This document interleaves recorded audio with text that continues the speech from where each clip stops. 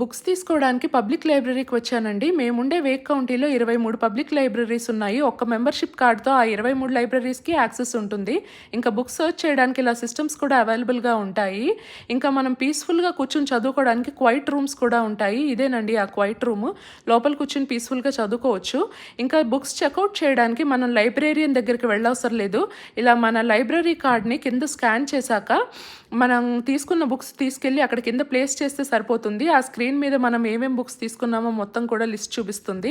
తర్వాత finish button నొక్కేసాక మనం print ఆప్షన్ని సెలెక్ట్ చేసుకుంటే మనకి డ్యూ డేట్ ఎప్పటి వరకు ఉందో మనకు ఒక కాగితం కింద ప్రింట్ అయ్యి వస్తుందన్నమాట.